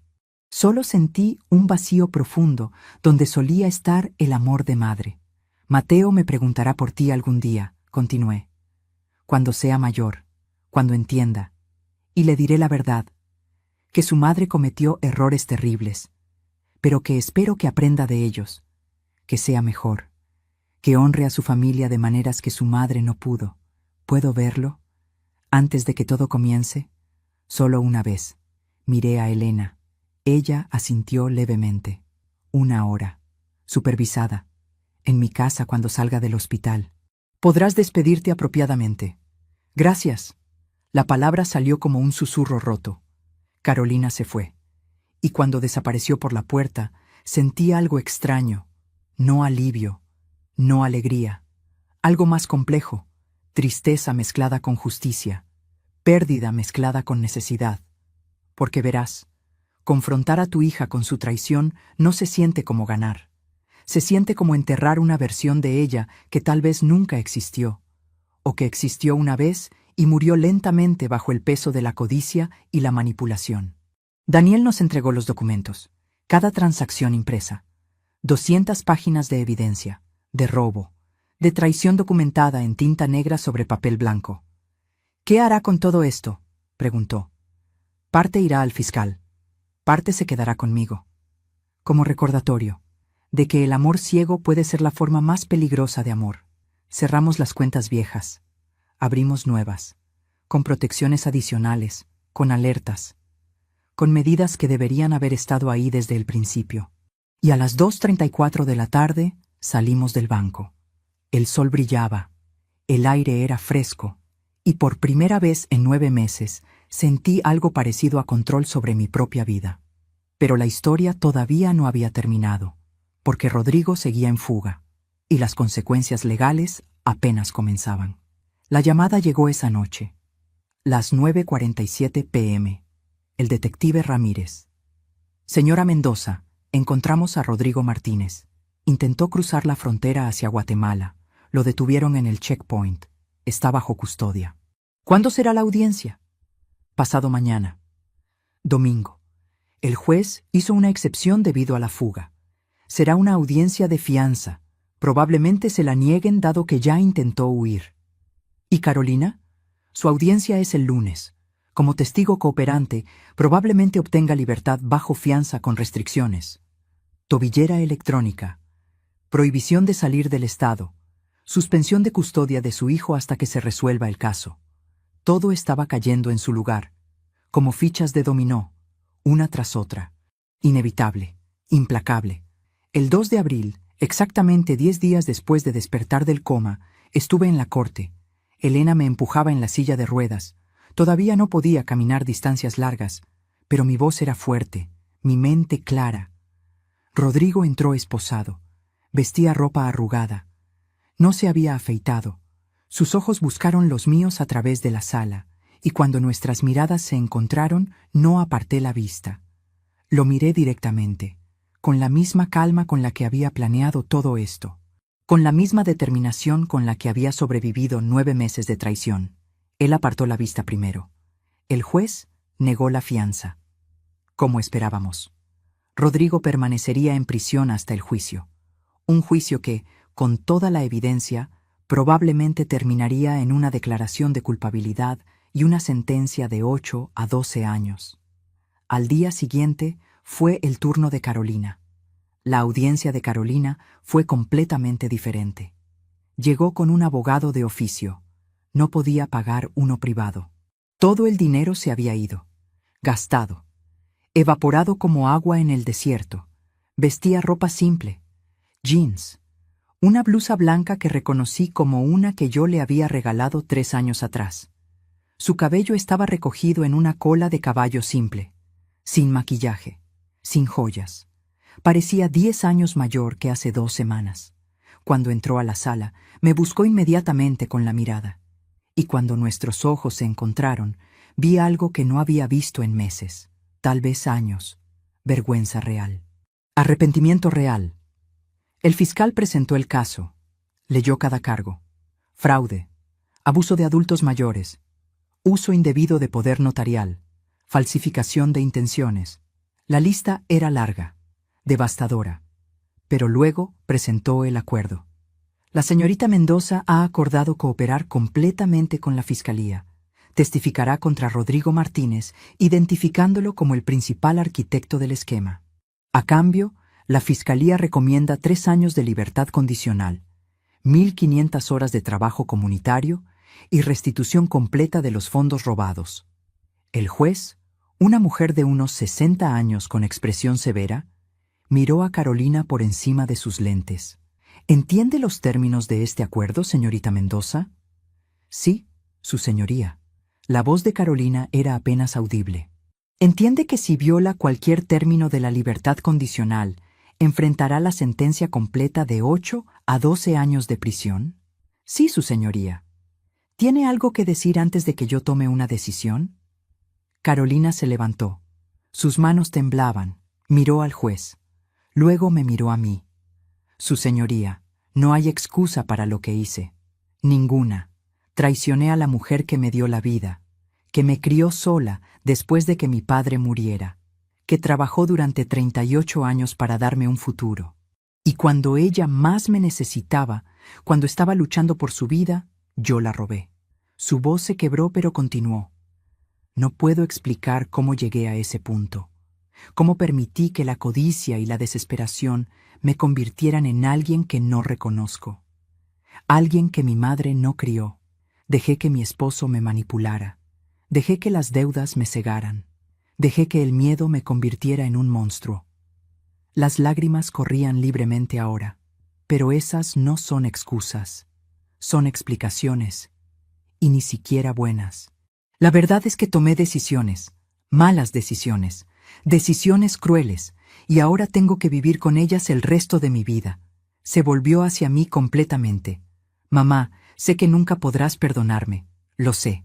Y no te estoy pidiendo que lo hagas, solo te pido que sepas esto. Cada día por el resto de mi vida voy a despertar recordando lo que hice, y cada día voy a intentar ser mejor. No por ti, porque ya perdí ese derecho, sino por Mateo, para que cuando crezca y entienda lo que pasó, pueda ver que su madre, aunque cometió errores terribles, pasó el resto de su vida intentando repararlos. Se sentó, sollozando, y la sala quedó en silencio. El juez me miró. Señora Mendoza, ¿tiene algo que agregar? Elena me ayudó a levantarme. Mis piernas todavía estaban débiles, pero me sostuvieron. Necesitaba estar de pie para esto. Su señoría, durante 9 meses estuve en coma. Pero durante esos casi 10 meses, mi mente escuchaba. Escuchaba conversaciones, planes, traiciones. Escuché a mi hija discutir cuánto dinero tenía yo. Escuché a su esposo preguntarle cuánto tiempo creía que yo duraría.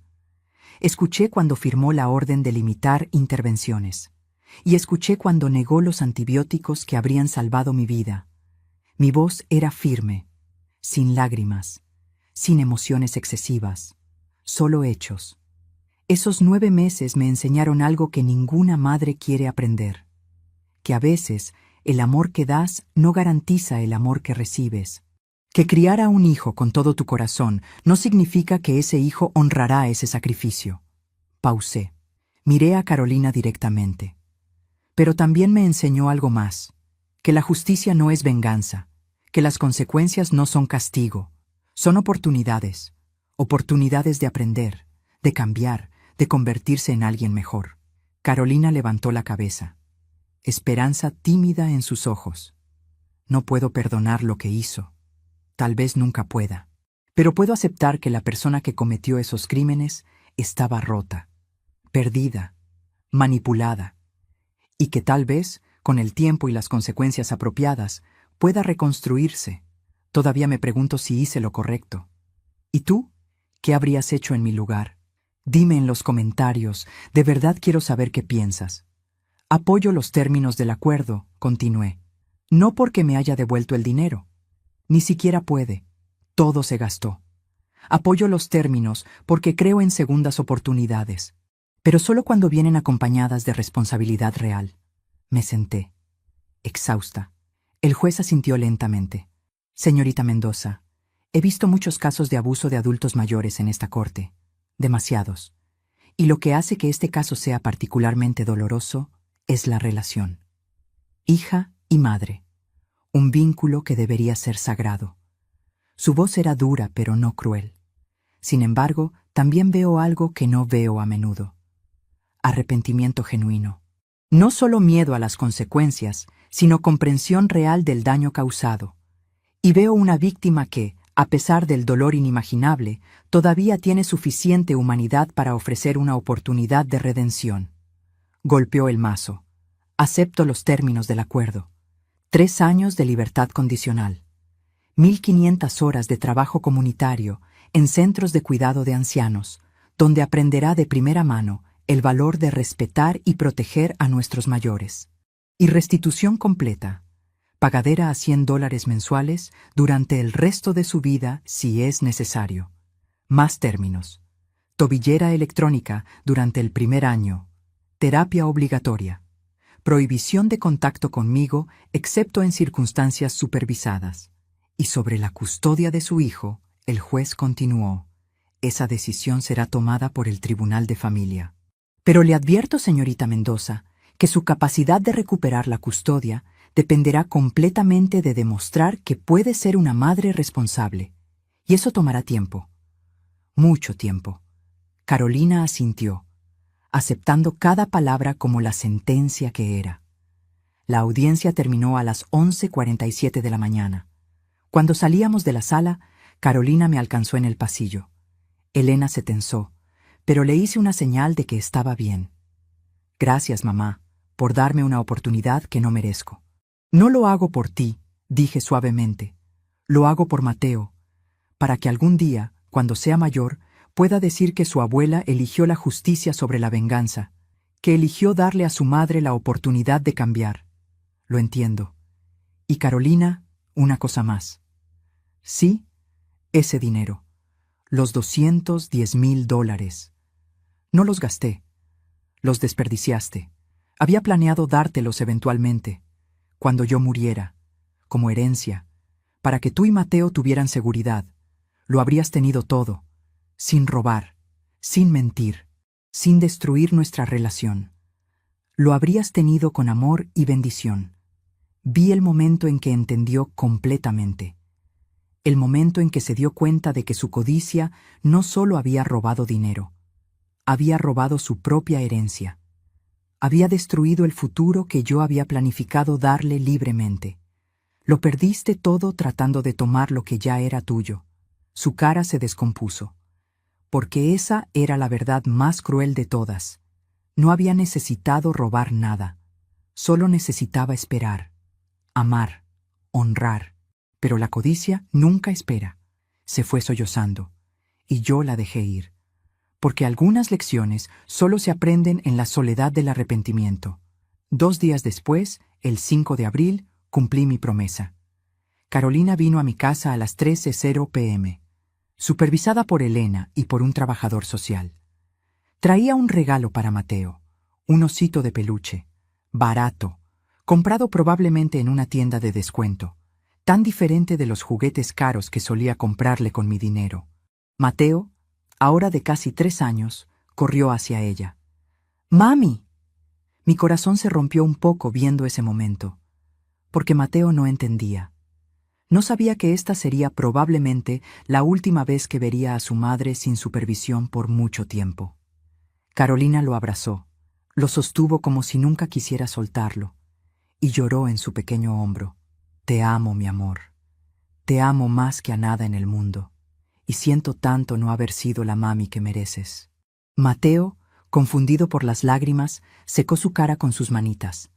No llores, mami. Tengo que irme por un tiempo, cariño. Voy a estar trabajando mucho, pero la abuela Patricia te va a cuidar. ¿Está bien? Ella te ama mucho. Mateo me miró, sonrió, y en ese momento entendí que esto era lo correcto. Doloroso, complicado, pero correcto. Carolina pasó 1 hora con él, jugando, leyendo libros, haciendo cada momento contar, y cuando llegó el momento de irse, lo abrazó una última vez. Sé bueno para la abuela, y recuerda que mami te ama. Siempre, siempre. Se fue sin mirar atrás, porque mirar atrás habría sido insoportable. Esa noche, después de acostar a Mateo, me senté en mi sala. La misma sala donde Carolina había llorado por la supuesta infidelidad de Rodrigo. La misma sala donde había firmado el poder notarial. La misma sala donde tantas mentiras habían comenzado. Y por primera vez desde que desperté del coma, me permití llorar. No por el dinero. El dinero era solo papel. Números en una pantalla. Lloré por la hija que perdí, por la relación que nunca recuperaríamos, por los años de amor y sacrificio que terminaron en traición. Lloré por Mateo, un niño inocente que crecería sin sus padres cerca. Y lloré por mí misma, por 38 años trabajando para un futuro destruido por quien intenté proteger. Pero también lloré por liberación. Después de casi 10 meses cargando el peso de la traición en silencio, finalmente podía soltarlo. La justicia había llegado. Elena apareció en la puerta. Había estado quedándose conmigo desde que salí del hospital. ¿Estás bien? No, pero lo estaré. Se sentó junto a mí y tomó mi mano. 2 hermanas que habían perdido 2 años por orgullo tonto, reunidas por tragedia. El juicio de Rodrigo llegó 3 semanas después. Carolina testificó contando cómo Rodrigo había planificado todo, manipulándola y convenciéndola de que yo nunca despertaría. El jurado deliberó 4 horas. Veredicto unánime. Culpable de todos los cargos. Rodrigo recibió 12 años de prisión sin libertad condicional durante los primeros 8. Cuando leyeron la sentencia, me miró con odio puro. «Esto es culpa tuya», gritó. «Vieja amargada. Arruinaste todo». «No», dije calmadamente. «Tú lo arruinaste. El día que decidiste que mi vida valía menos que mi dinero». Mayo llegó con nuevos comienzos. Mateo se adaptaba bien. Carolina cumplía sus términos trabajando en un centro de ancianos, aprendiendo a valorar a los mayores que había despreciado. Nos enviaba cartas semanales. Yo guardaba cada una para cuando Mateo fuera mayor. Mi salud mejoraba lentamente. Para junio caminaba sin ayuda. Para julio cargaba a Mateo. Para agosto me sentía casi como antes. Casi, porque algunas traiciones dejan cicatrices permanentes. Un año después recibí una llamada de Carolina. Mamá, completé mi primer año de libertad condicional. Trabajando con los ancianos, entendí que tú no eras mi cuenta bancaria, eras mi madre. Y desperdicié años viendo solo lo que podías darme. No espero perdón. Pero la persona que te robó está muriendo. Estoy construyendo a alguien mejor. Espero que lo logres, dije suavemente. No por mí, por ti y por él. Y me quedé preguntándome si algún día podríamos reconstruir algo nuevo. Tal vez, o tal vez no. Pero al menos ahora había esperanza. Han pasado 3 años desde que desperté. Hoy es 23 de marzo. Estoy en mi nueva casa, más pequeña pero completamente mía. Mateo tiene 5 años y juega en el jardín. Tiene la risa de su abuelo y algo más: bondad e inocencia. Carolina cumplió 2 años de libertad condicional hace 3 meses. Nos vemos mensualmente. Visitas incómodas, pero son algo. Hace 2 semanas me contó sobre un paciente que falleció solo, abandonado por sus hijos. Pensé en todas las fotos que tú tienes de mí. Me di cuenta de que estuve a punto de convertirme en esos hijos. Pero cuando tengas 92 años, yo estaré ahí. Porque finalmente entendí lo que significa honrar a tu madre. Por primera vez en 3 años, sentí esperanza real. Rodrigo sigue en prisión. Me escribió pidiendo perdón hace 6 meses. No respondí. Algunas disculpas llegan demasiado tarde. Rompí la carta y dejé ir la rabia. Beatriz sigue siendo mi mejor amiga. Elena vive a 3 calles y nos hemos recuperado completamente. Mi salud está bien. Los doctores dicen que despertar de 9 meses en coma sin daño cerebral es casi imposible. Tal vez simplemente no era mi momento. Esta historia es sobre confiar demasiado, amar sin protegerte, dar todo sin guardar nada. Pero también es sobre justicia, dignidad y negarse a ser víctima. Mateo pregunta por qué su mami no vive con nosotros. Le digo la verdad. Mami cometió errores grandes, está aprendiendo. Algún día te contaré toda la historia para que aprendas que la familia es un regalo, no un derecho. Se honra con acciones, no palabras. Di todo. Recibí traición.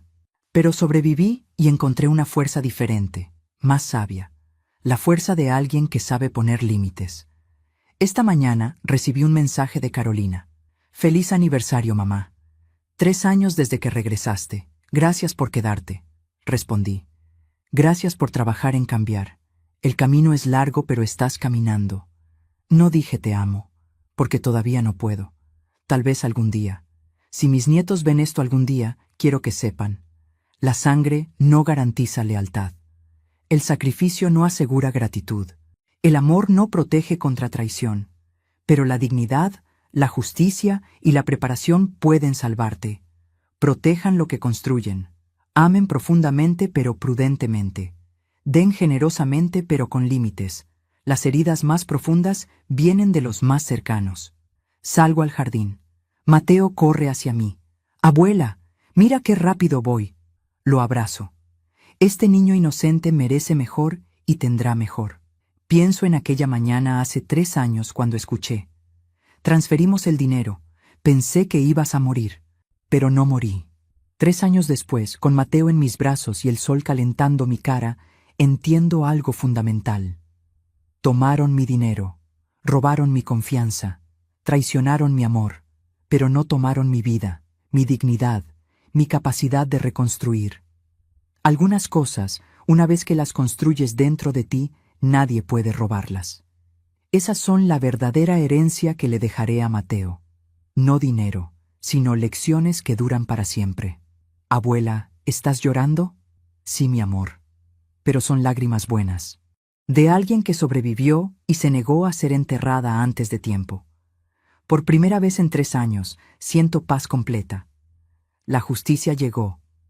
Las consecuencias se cumplieron. Y la vida continúa. No como antes, nunca como antes. Pero continúa. Y eso, después de todo, es suficiente.